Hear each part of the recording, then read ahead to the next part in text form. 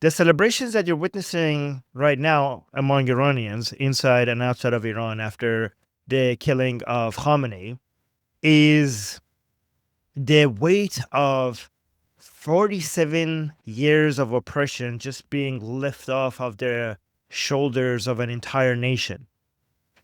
And these celebrations are just one of many, many that are to come. There's going to be celebrations for when finally the Islamic Republic falls.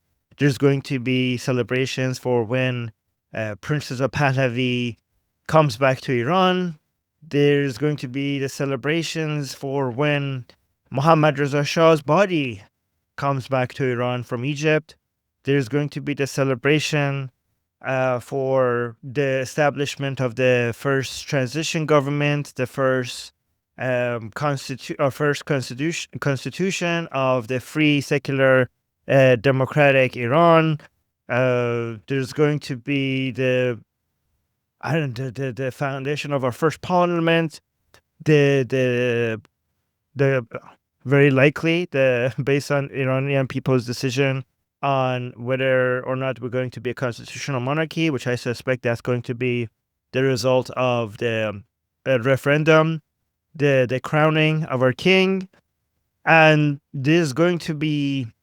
I mean, the it's not done yet. We're still in the middle of a revolution, so I know more of our celebrations are about to come once we get rid of the Islamic Republic, but we we Iranian people, we deserve this. The Iranian people have been fighting and sacrificing for this day for way too long. They have proven to themselves and to the world that they deserve so much better than the Islamic Republic. These are some of the best people in the world being ruled under the worst regime. If there were a group of people in the world that were deserving of a better rulers, they were the Iranian people, and they have fought for it, and they this is the result of all their sacrifices, and with assistance from the Americans and Israelis, that we will never forget this. The Iranian people, with the sacrifice that they did in early January and everything that came before it, after the call to action by Prince Reza Pahlavi, they started the chain of events that led to the Israelis and Americans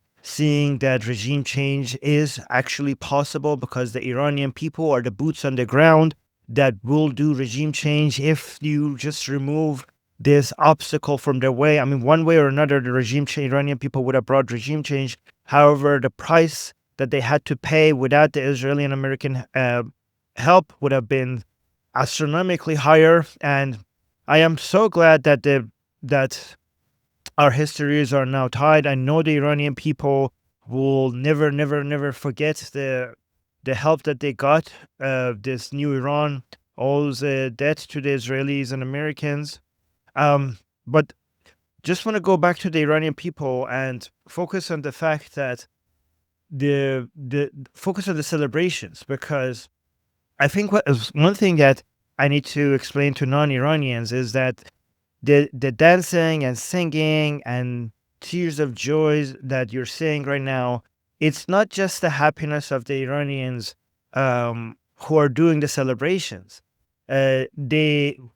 They're also dancing and singing and celebrating on behalf of our fallen, because there were many of the Iranian people who went into the streets to fight the regime, to fight the Islamic tyranny that was ruling over them.